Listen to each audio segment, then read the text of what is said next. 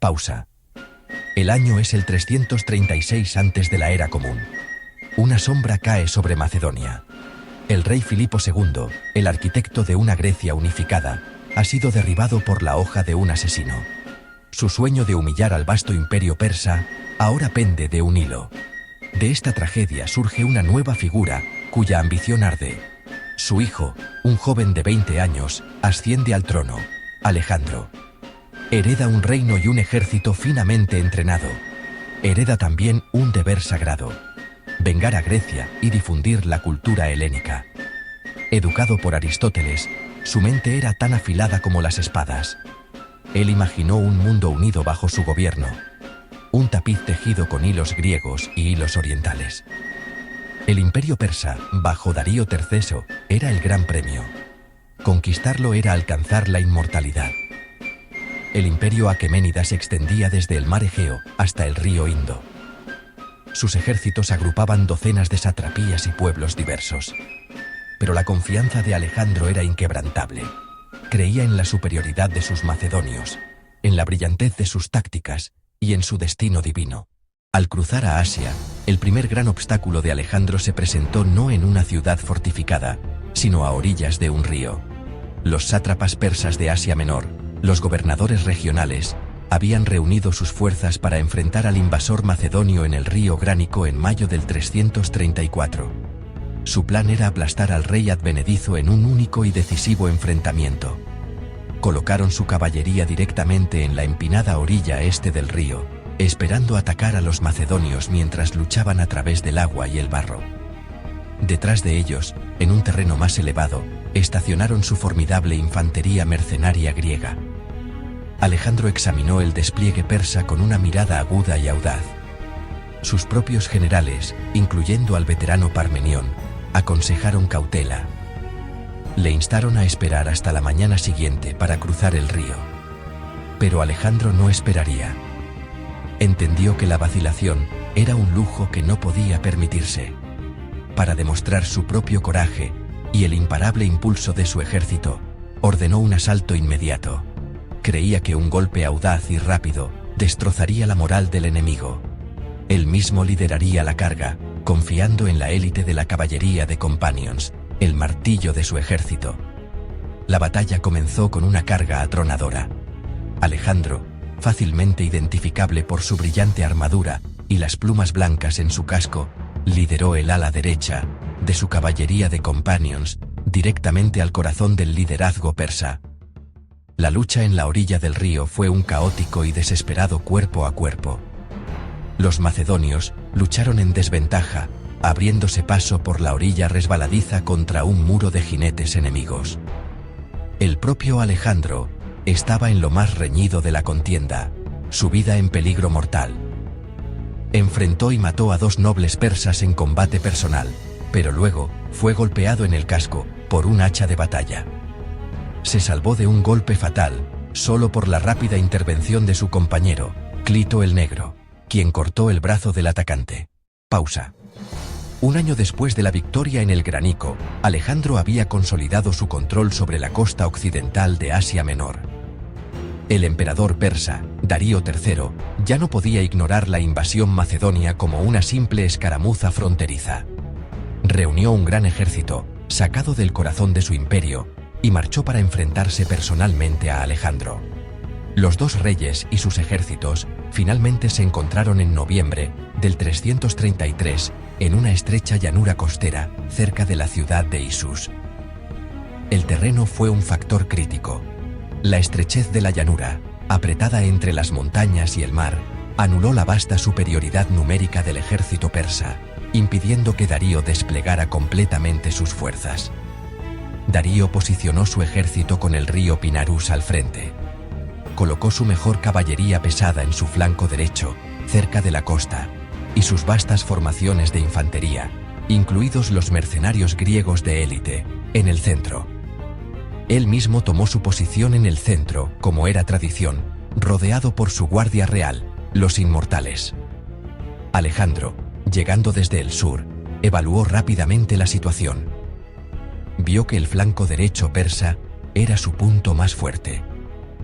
En un ajuste táctico brillante y arriesgado, reforzó su propia ala derecha, donde lideraría a su caballería de compañeros, preparándose para la carga decisiva.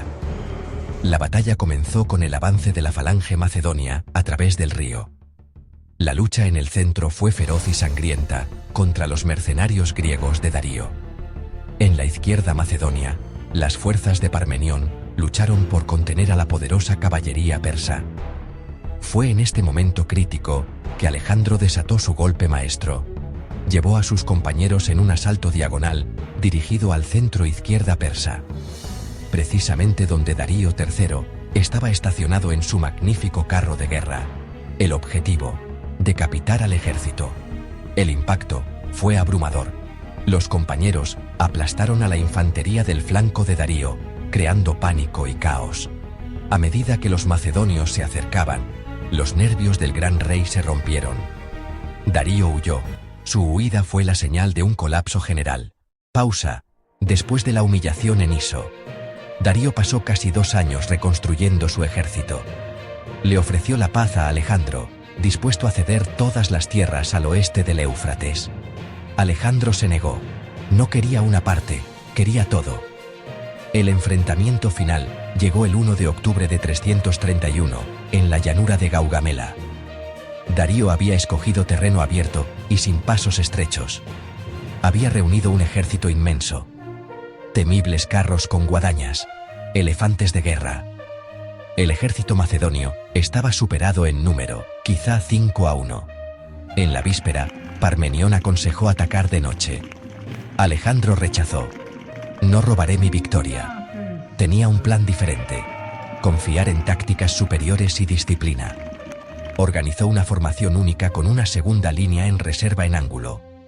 Su plan: abrir una brecha, atraer a los persas y golpear el centro debilitado. Cuando comenzó la batalla, Alejandro avanzó su ala derecha en ángulo hacia el borde del campo preparado. Esto atrajo a la caballería persa, estirando su línea. Darío desató los carros con guadañas. La infantería macedonia abrió filas y creó canales para que pasaran. Luego los despacharon con jabalinas. A medida que la caballería persa era empujada al flanco, la brecha se abrió cerca del centro de Darío. Alejandro giró su caballería de compañeros y cargó en cuña directamente hacia Darío. La caballería macedonia golpeó la guardia real. Por segunda vez, Darío perdió los nervios y huyó. Su huida marcó el colapso. Partes de la caballería bajo Mazaeus lucharon aún valientemente. Pero la hueste sin líder se disolvió. La batalla de Gaugamela había terminado. No solo una victoria, la sentencia de muerte del imperio aqueménida. Pausa. El motor de la conquista de Alejandro fue el revolucionario ejército forjado por su padre, Filipo el II. En su corazón estaba la falange macedonia, evolución de la guerra hoplita. La falange era un denso bloque, típicamente de 16 de profundidad. Su característica principal era la sarisa, una lanza increíblemente larga, quizás de 18 pies. Cuando la falange avanzaba, las primeras 5 filas sostenían sus sarisas horizontalmente, creando un seto impenetrable de puntas. Las filas traseras las alzaban en ángulo contra proyectiles. Una pared erizada casi inquebrantable desde el frente.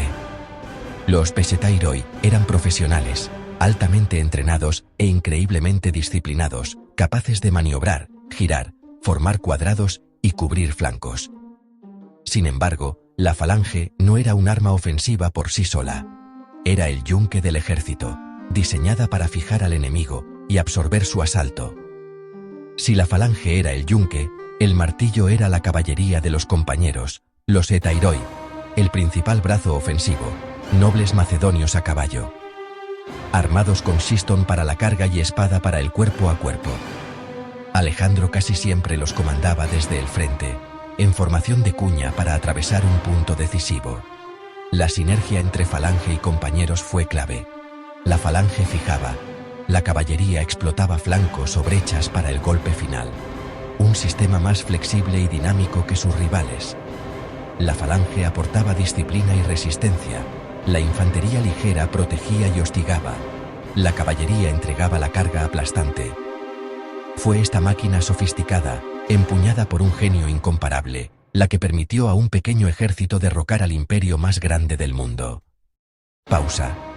Enfrentando a la máquina macedonia, estaba la unidad más prestigiosa aqueménida, los inmortales, los Athanatoi, guardia del gran rey, y élite de infantería.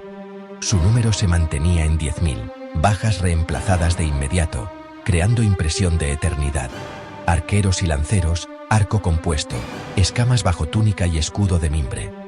Magníficos e intimidantes, corazón y ancla de la línea, última garantía del rey. Pausa.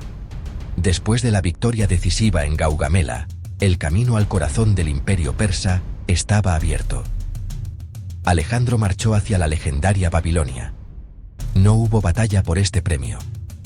Mazaeus se había adelantado y entregó la ciudad. A medida que se acercaban, no fueron recibidos con lanzas, sino con una procesión de bienvenida. La gente vio al rey macedonio como un libertador. Alejandro, maestro del teatro político, no tomó botín. Rindió respetos a los dioses locales y ordenó restaurar templos, sobre todo el de Marduk. Tomó posesión del tesoro para pagar a sus tropas y financiar la campaña. Retuvo a Mazaeus como gobernador, integrando persas en su administración. Babilonia fue la primera capital de su nuevo mundo. Descanso para el ejército, planificación para Alejandro. Se sentó en el trono babilonio y comenzó la fusión formal de Grecia y Oriente bajo su mando. Desde Babilonia, Alejandro marchó a Persépolis, capital ceremonial aqueménida. Tras superar la última resistencia de Ariobarzanes en la puerta persa, las Termópilas persas, el camino quedó despejado. Entraron sin luchar. Hallaron un tesoro inimaginable: oro, plata, monedas y artefactos invaluables.